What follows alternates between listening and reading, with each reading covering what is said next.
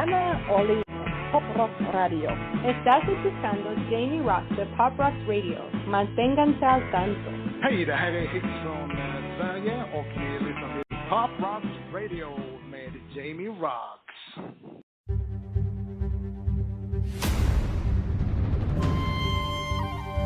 Welcome to Goldwood. By the way, there's a couple of big foreign-looking guys in there. Even bigger than you.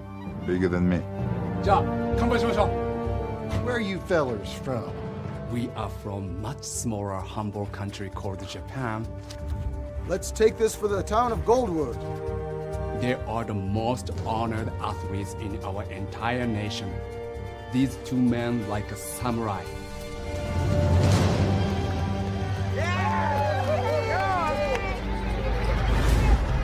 I'd say I haven't been expecting you. I'll bet you have, Judge. You have 3 days to turn over all the gambling money. And if you don't, we're gonna come back here and we're gonna kill every man, every woman, and every child in Goldwood. I know these townsfolk aren't fighters, but you two are. Will you help? Let's clean up Goldwood. Let's do it, Judge.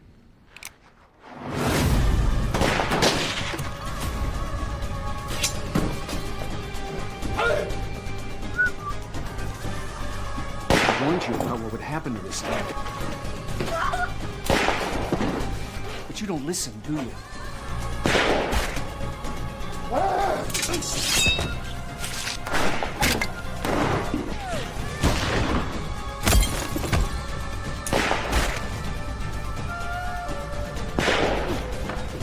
Max, be careful. Shit! Why don't you travel with us to see the president? No thanks. Too dangerous.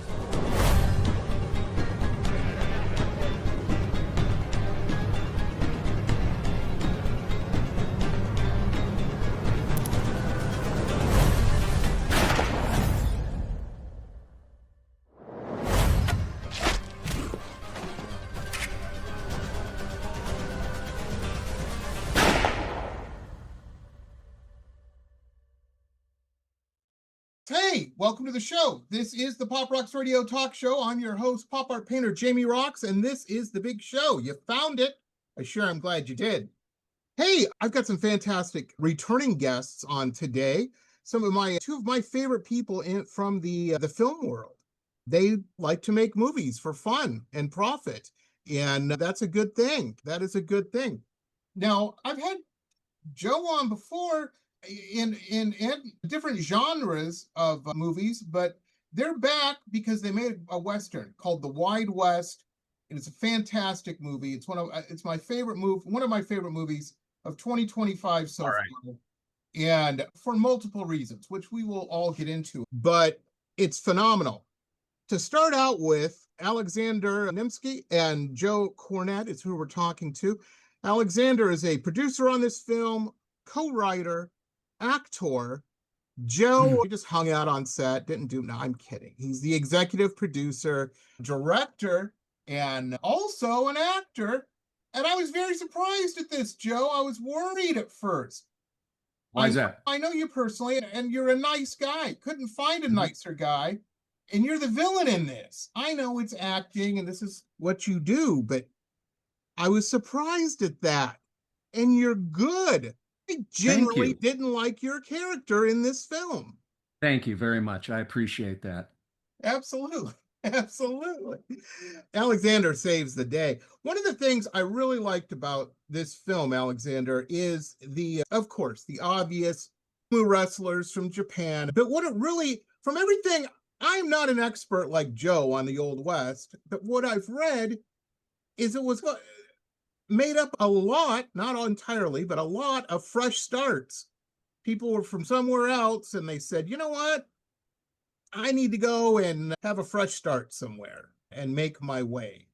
And so there was it was a real mixing of people from other places. And when you ride into town on your horse and then your first dialogue, of course, you got a little bit of an accent, which I think is wicked cool, but it did not seem out of place in this rustic Western setting. because I'm like, that's how it was. You know what I mean? You had all kinds of people out west, from what I understand. Very cool. I'm a big Western fan, and I still am after watching this film, if not a little more. If not a little more.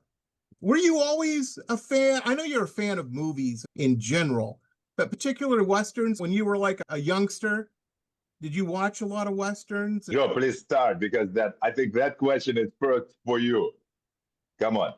It's even more interesting when Alexander talks about what he watched growing up as a young boy and what he had access to and what he didn't. But my love of the Western goes way back to when I was just a little kid and I would watch Westerns on TV. I'd watch Bonanza, Rawhide, The Virginian. That was a favorite of mine. Wanted, Dead or Alive. These were all in syndication by the time I came to turn on the TV set. But I started seeing Westerns in movie theaters when I was about 9 or 10. And I saw all of the big ones. John Wayne was still around then. And I saw True Grit. And I saw, and I was a big fan of Clint Eastwood very early on. But I saw most of his pictures on network television when they would first get their first run on TV. I don't remember exactly what my first Eastwood film was that I saw that was a Western. It was probably Outlaw Josie Wales. But I've seen all of them in theaters now in various art houses, special screenings, and so forth, and all in these fabulously restored editions. But I grew up with this, and I had a movie camera at the young age of 14, 15. And I would try to slap a 50-foot cartridge into my Super 8mm silent camera and take all my buddies on a weekend, and we'd go put on cowboy hats and play. Little did I know that a few years later, it would turn into not a hobby, but a career. But a career. And I made my first major feature film was a Western that I wrote called A Prayer for the Damned. And it's been a thing with me ever since the beginning. I never thought I'd be lucky enough to make all these Westerns. Alexander and I have now made 3 Westerns together. And I have 3 other Westerns that I did separate before I met him. Isn't that right, Alex? This is my 6th? Yes, Joe. And also we made amazing horror film which you directed and starred in Night of the Caregiver. But yes, we made 3 Westerns. And Jamie, let me tell you that, of course, I wasn't as lucky as Joe, because I didn't grow up watching Westerns. I just couldn't, because I grew up in Soviet Union, and all the Hollywood movies were illegal in Soviet Union, probably except a couple of Oliver Stone's films, which they considered anti-capitalist films or something like Salvador or something like that. They never showed Hollywood movies in theaters. But thanks to Gorbachev and thanks to Perestroika, we started to get it on pirated video. And of course, I watched it all. And it's funny because very first Western, classic Western, which I really saw on the big screen was a True Grit, classic True Grit with John Wayne. And I watched it at one of the film festivals in the beginning of the 2000s. It was an amazing experience to see John Wayne on a big screen. And Jamie, I'll be honest with you, Joe knows it, because Joe knows everything about me and Westerns. And thanks to him now, I really established myself as like action hero of Western genre. And also I know a lot of things thanks to him. But for me, I always liked Clint Eastwood, of course. But John Wayne was my favorite because he was always clean shaven. In all his movies, it was all clean, not that dirty. And he was big and tall, and especially in Rio Bravo film. And much later, I read that Rio Bravo, John Wayne's Rio Bravo, was an answer to High Noon, because he watched High Noon and he was so upset about Gary Cooper's character of crying sheriff, and that's why he was so eager to create Rio Bravo, which actually became an inspiration for Joe's and mine gunfight at Rio Bravo many years later. But again, to answer your question, I wasn't as lucky as Joe or you, so I couldn't watch these movies when I was a kid. But It was a huge thing for me to watch them when I was younger and when I started to watch them on a big screen. And to be honest with you, if we talk about the Wild West, you're absolutely right. We had all the people at the Wild West back in 1800s from all over the world. Remember, Joe, we spoke about that many times. Yes, so we did. When we had, for example, in Gunfight at Rio Bravo, we had people and actors from France, from Germany, from Russia, from the United States, and from Mexico. And it was authentic because that's exactly what happened at the Wild West. And same thing, Jamie, what you just said about our latest movie, The Wild West. Yes, when Russian American arrived to that town, there are already Japanese guys out there, Americans are there, Canadians are there. So all people. And the other thing is, it was huge fun to make this movie. And that's what me and Joe always having. And actually yesterday, me and Joe, we celebrated Wild West because it just became movie of the week on NBCUniversal Xumo. Out of their 150,000 titles, Jamie, they chose our movie as the movie of the week. And they push it very hard. And there's 40 million unique users using Xumo Play every month. Of course, it's not like they all watch the Wild West, but at least they're all aware of it because they see it on the front page because they're pushing movie hard. But to answer the question, yes, we're trying to make movies authentic. And thanks to Joe, we always succeed in that. Absolutely. Absolutely. It's one of the things that is so iconic about Westerns is it's one of the few truly authentic mythos of American culture and American history. There's not a lot of, because America's made up of all these different types of people. So yes, you have mythology, but usually it's from other cultures that you run into. And the Western, as far as cinema goes, and I would say literature, probably art as well, it's truly an American mythology. And yeah, and people get very passionate about aspects of that mythology. Alexander, you're just like my father. There was I would say in the late 80s, early 90s, there was a trend, probably coming off the spaghetti westerns, the Leones, of the cowboy looking very rugged, very rugged. After all, he slept out in the field. And my father was like you. He's a fan of the classic, I don't care if I slept in the field, I'm going to shave today and my shirt's going to be pressed. And because that's who I am.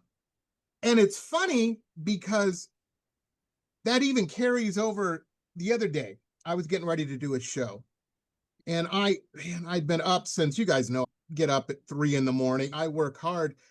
And this show was late. They had to be 10 o'clock at night. I was tired. I wanted to go to bed. And I told my wife, I said, man, I am not doing the hair out tonight. I just don't feel like. And she looked at me and she goes, yesterday you watched a Western. Do you think those cowboys, they were tired? Do you think they wouldn't put their hat on or strap their belt on? You're right. I don't want to hear it. I'm going to do the hair right now. And the hair was done that night. But yeah, she specifically said, she goes, you were watching a cowboy movie. Come on. And it's very cool. And it's funny because the Western myth really travels into other genres as well. And people say all they want about Star Wars. Yeah, it's science fiction. That's a Western, man. There is a clear bad guy. There's a clear good guy. The movie's in the desert the majority of the time. So was the original series of Star Trek. Same type of deal. In the 60s. And Gene Roddenberry famously called that Wagon Train to the Stars. Yeah. He wrote it with a Western mythos behind it. And the reason this genre lasts is because, much like mythology never truly dies, nor does anyone lose interest in it, these stories are mythic, they're moral many times, and they have iconic characters that represent, usually, if they're done well, almost every facet of the human experience: good, evil, duplicitous. It was fantastic. And they're like Greek mythology. I always say that all the time. But you're right. It is uniquely an American thing, along with jazz. Yeah, that's very true too. Very true. I was when the last time we did the show, we had some different cast members on. Tatiana was one of them, and we were getting into discussions of her costuming, and she looked great in that. It looked like a Vogue model out west. But she had very elaborate costumes and changed it up throughout the film. And I was thinking from a practical point of view, I'm like, damn, these guys are filming out in the desert somewhere. This isn't a green screen in a room in a studio somewhere. Oh, no, it's not a green screen. Joe, please tell us a little bit about that great town we shot, because we shot Wild West in California, not in Arizona. But please, Joe. We shot the Wide West at a wonderful movie town called White Horse Ranch that has been around for a number of years. The owners are great friends of mine. I have shot 1, 2, 3, 4 movies there. Wow.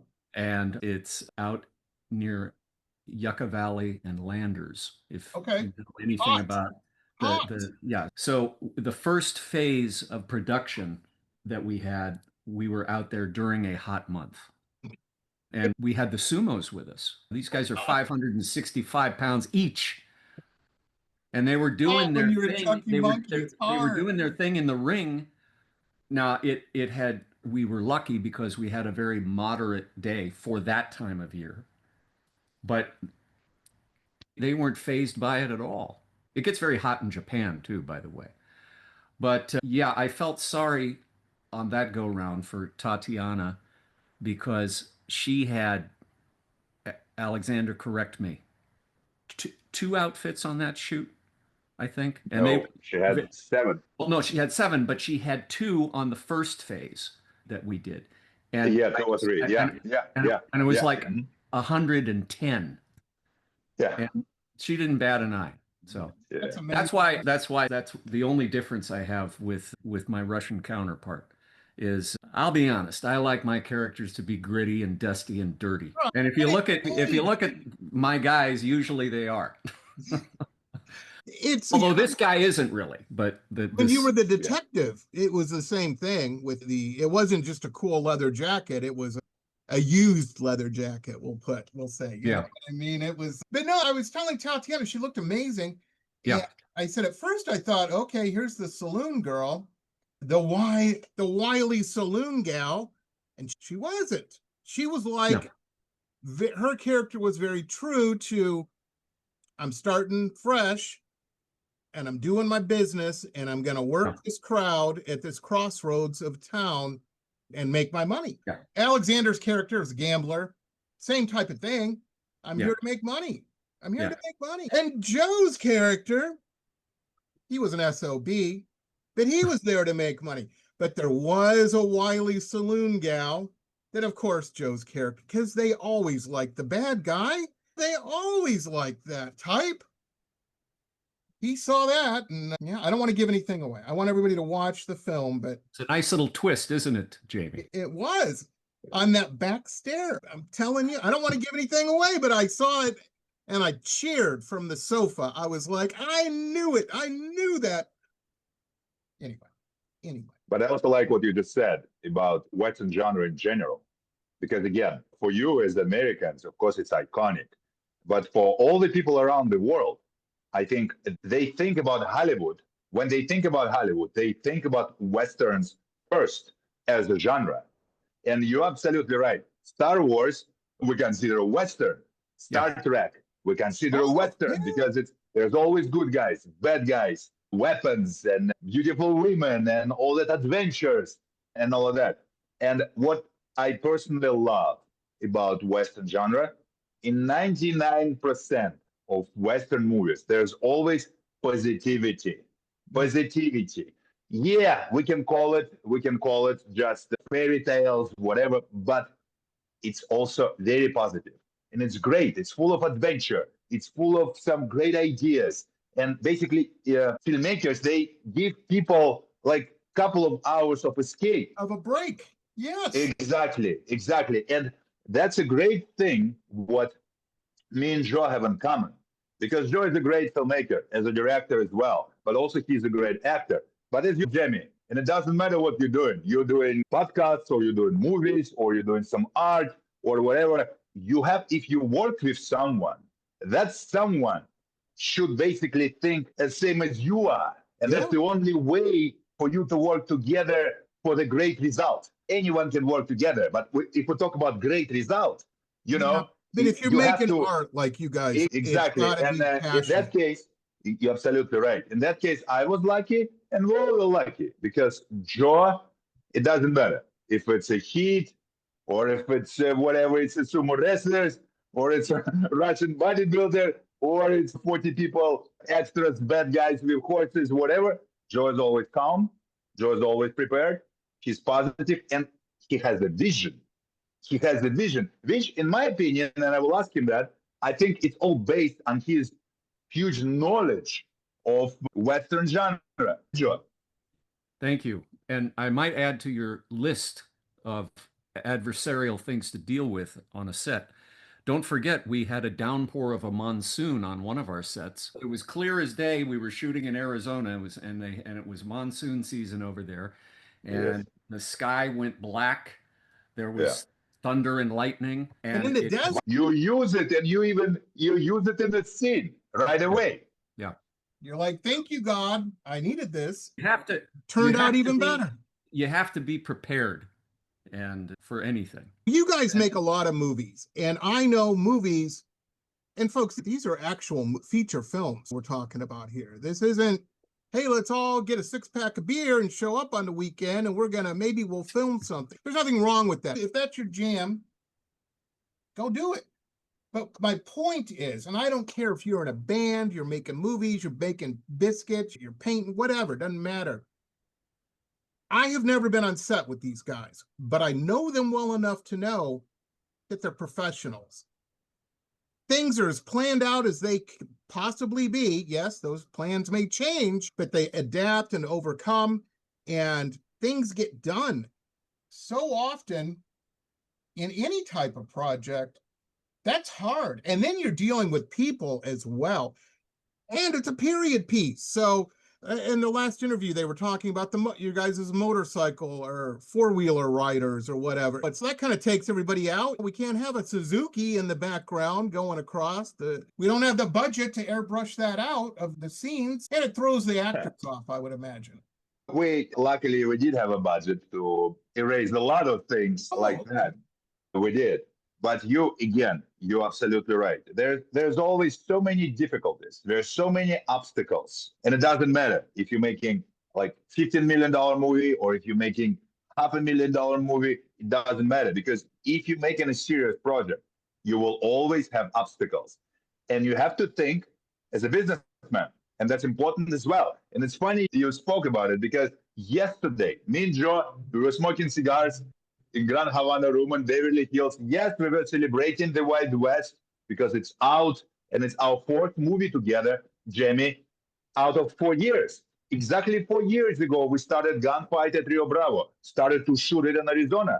And 4 years later, we have our 4th movie in release. And but it's movie of the week. Talking about, And it's the movie of the week.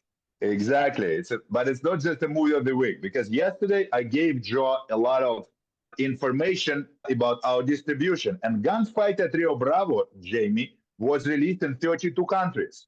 In 32 countries, somewhere theatrically, somewhere on streaming, somewhere on TV and DVD, but in 32 countries.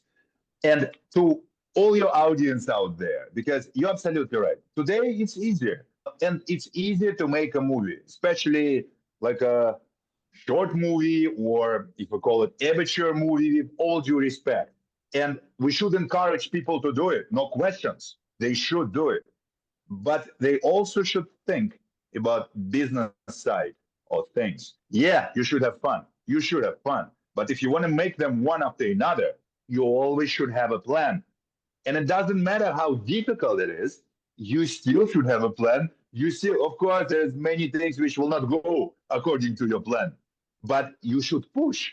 And that's the only reason, Jamie, why some people can continue to make movies and others cannot. Yeah, they run out of money. They run out of money. Absolutely. You have to have a strategy that includes not just the creative strategy, meaning crafting the story and getting the right actors to play the right parts, but you have to get a strategy for a business model. You have to get a strategy for what's a contingency if something goes wrong. You have to get a strategy for the post-production. What happens if you lose an editor or a colorist or something like that? All these things happen.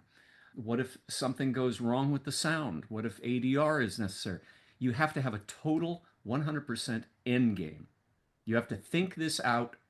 It's true with anything really worth doing in life. You have to think this out to the absolute end, not just, hey, the movie's finished, let's do something with it. Let's show it downtown. No, you have to have a marketing strategy. You have to have a distribution mechanism in place and a good distributor that you can work with, and you have to have all of these components. And that's true with anything. That was true when I built strip malls in Las Vegas years ago, and that's true about this. And that's where a lot of people don't understand. They go into it and they stop at the creative phase and they don't think of the business phase. Absolutely. In my little world, my little corner of the art world, you'll be amazed, ladies and gentlemen, how many times I will paint 4 paintings knowing that those 4 paintings are going to be available on my merch store, and money's going to continue to generate money. And also, they're going to make me enough money to buy canvas and stuff for the next 8 paintings. You know what I mean? Keep it moving. Yeah, you got to do that. And it's funny, in my case, I learned that from some unscrupulous character. I grew up in Detroit. It was a rough town then. And I learned that from some people that were in a probably not the most legal business. And the first thing they taught me is you got to reinvest in your business. You've sold whatever and made this much money. You got to get more product to keep the train going, shovel that coal. And a lot of people, especially, and I'm not trying to be an old man and bag on young people. They all want to do this to be famous. They want to live in Beverly Hills like Alexander, and Pasadena like Joe, and hang out with models, and that's all, and smoke nice cigars, and that's great. There's nothing wrong with having that carrot in front of you, but you got to do the work. That's the thing. Joe and Alexander get up early too. And you know what? They're not just filming a film. They've got people on the phone that they got to deal with that are saying, hey man, I threw 50 grand at this project. When am I going to start seeing some of that back? And they got to keep doing that. They got to keep doing that. What is this? This just popped. I'll have to cut this out. Guys, I might have to send you another link because it says your meeting's going to end in 10 minutes, or we'll just wrap it up, whatever you guys want to do. It's been 40 minutes. Jesus. We'll wrap it up. I could talk to you guys for hours, though. For hours. Yes. And by the way, thank you again for supporting, not just us, for supporting independent filmmakers, Jimmy. Because it's just Joe just said it. Because when you finish the movie, your movie actually is not done because someone has to continue to push it forward to distribution, to publicity, not just to North American release, to international release, to make sure your movie is in Asia, in Eastern Europe and Western Europe, and promote it over there, not just release so no one hear about it. So thank you and your colleagues, because I mean, it's really important to get word out and just to really support independent filmmakers, studio filmmakers as well. But of course, studios, they have bigger budgets to push their product and all of that. Exactly. The interesting thing is I was telling the guy who played the sheriff, I can't think of his name. Nick Baillie. Nick Baillie. Great guy from Canada. Great actor. I was telling Nick, you guys do such a good job. And visually, the place looks stunning. God, I mean, you guys as friends who owns that town, they were thinking, they're like, I got this property out here in the middle of nowhere. How can this generate income, or just what can I do here? Let's build a town. Let's build a set. This whole town is a set. Yeah. Smart. But it's a very interesting story. Please. How that town, I'll give you the short version. The guy that built that town, his name Peter Menahart. He hails from Germany. And probably not so much now, but for many years, Germany was home to probably one of literature's greatest writers about the old American West, Karl May. Okay. And Karl May wrote many books in German, and he never, ever went to America. He researched everything in encyclopedias and through Went in people his that mind. traveled there. And he wrote many famous books, many of which turned into films. And so if you were a German growing up over the last 100 years, you would read Karl May's Western novels. So when Peter came to this country in the 1980s, I believe, he had a number of very successful businesses. And then he bought that large chunk of land out there, literally in the middle of nowhere. And he built this town. It was his vision. And originally, he just wanted to build it so he could have this beautiful Western town so he could invite his friends over. And then all of a sudden he goes, yeah, but I could shoot movies here. I could have events here. I could do all kinds of cool stuff here. Absolutely. And it developed very quickly. But it's got a great look to it. It's got a different look than a lot of Western location towns. It just has a different look to it. It's very cool, and it's not. The buildings look like buildings. They don't look like they're made out of barnwood with big gaping holes and stuff. It's very cool. And your set designer, whoever was on set design, was awesome. Because I'm a visual guy. I'm looking at that. I'm looking at that piano by the door. I'm looking on the wall above it. I'm paying attention to the characters. Don't get me wrong, but I was very impressed. I was very impressed. Thank you. It's a fantastic film. And guys, folks out there, this is streaming for free. I put the link up daily.